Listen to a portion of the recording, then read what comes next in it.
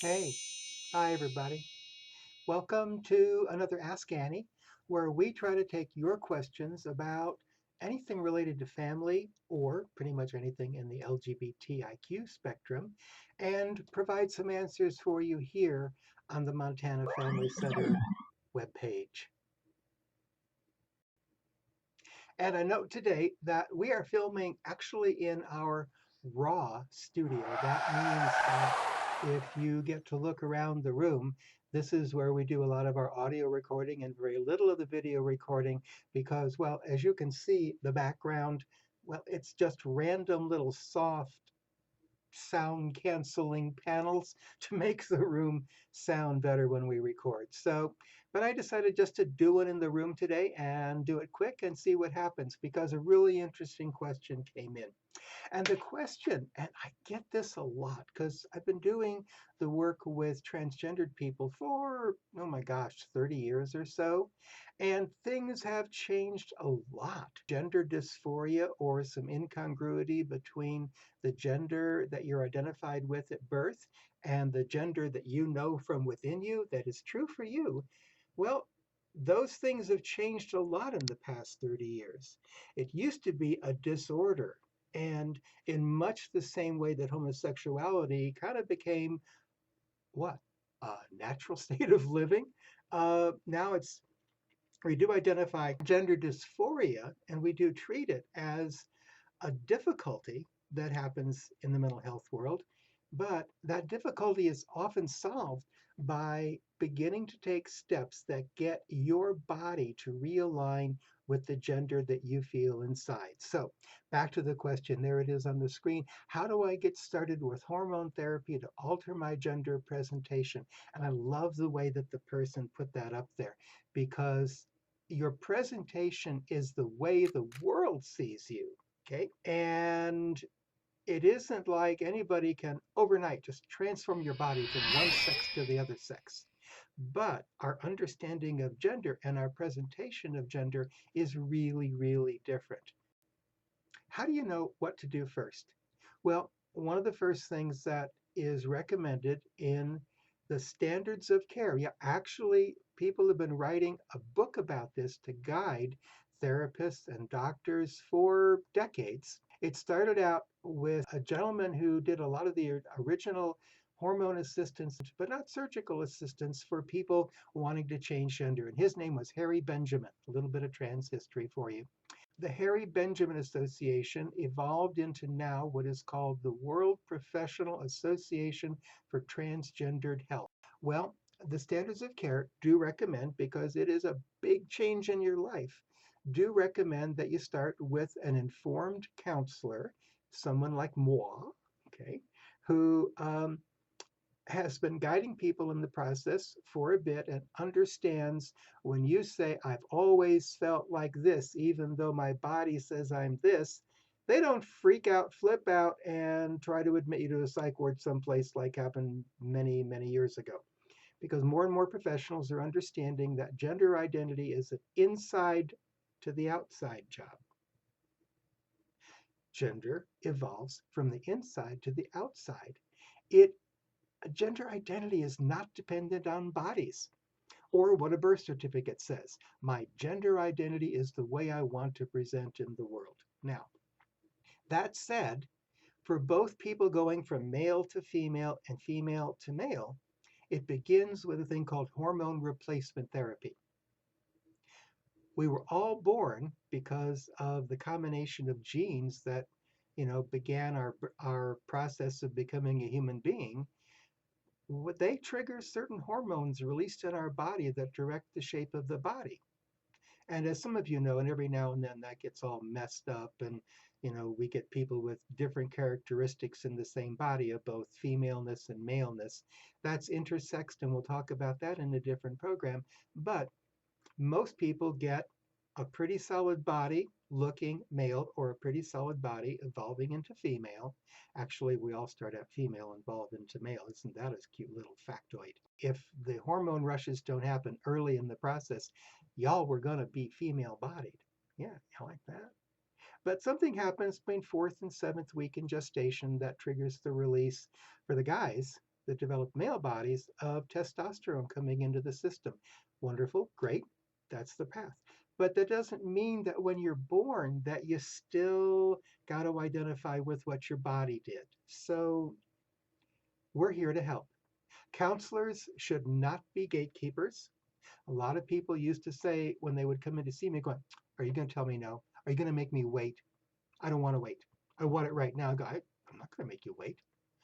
It's not my job to limit what you get to do with your own life, but I will be a helpful facilitator because every now and then there are people that start on the path, get a ways down it, and then decide it's not what I really thought I wanted.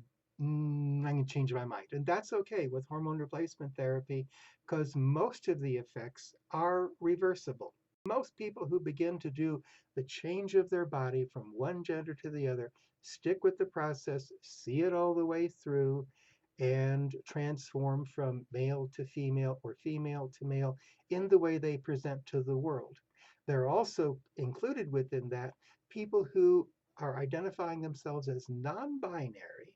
So their goal isn't to be male or female, it's to be somewhere in the middle and be kind of fluid, being able to kind of, I'm a little bit this and I'm a little bit that. And this is me. This is how I want to be. Counselor, first thing. Most counselors that do this work will have on file in their office or on speed dial physicians because the hormones require a physician's referral. And when you get to the physician, hopefully it's one that was recommended who's done it all before.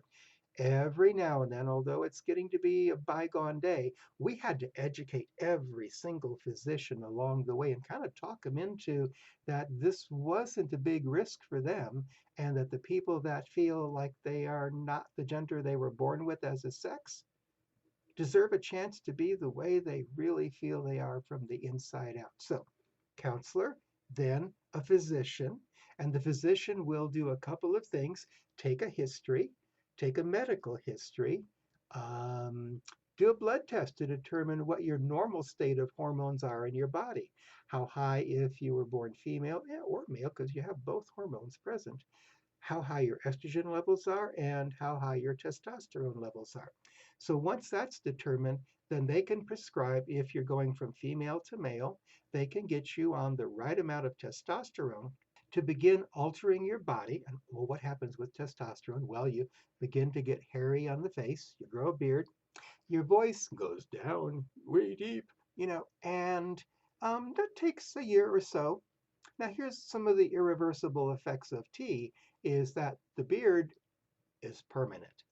Unless you go through hair removal, it's going to be there. And your voice will develop that resonance that males evolved to. Remember the squeaky phase all the guys went through when they were teenagers?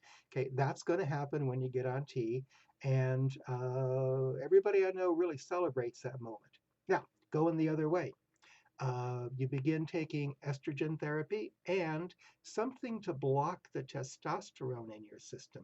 Usually, these drugs are spironolactone or another brand name of it to reduce the receptiveness of your body to the testosterone that's already there. So it blocks receptors. And beyond that, it's too technical. And I'm not a medical doctor or a pharmacist to know all those details. But trust me, that's the overview part. And the estrogens begin to feminize the body. It will begin to soften your facial skin. It will begin to reduce the amount of body hair on a male born person, except the beard. That takes a process called electrolysis or laser hair removal to kill that out. But other than that, you begin to get these changes. Regrettably or not, your voice doesn't change. Now, if you can't tell, I was born male and I evolved over the past 30 years into my female presentation. But when I go to church, I still sing bass in the choir. And I love it. I've been singing bass since I was 14. Does that contradict my gender or my identity or my presentation or throw people off? Well, not at my United Church of Christ Congregational Church. So, how do you begin the process? First, find a counselor. Now, if you go on the WPATH website, a lot of us have listed ourselves there. Or if you just Google gender counselor, okay, A lot of people, the first things that come up in your browser will be a list from Psychology Today, and you can refine that search by searching for transgender or GLBT and begin to find counselors in your area. What else do we have to talk? Oh, yeah. What's it going to cost?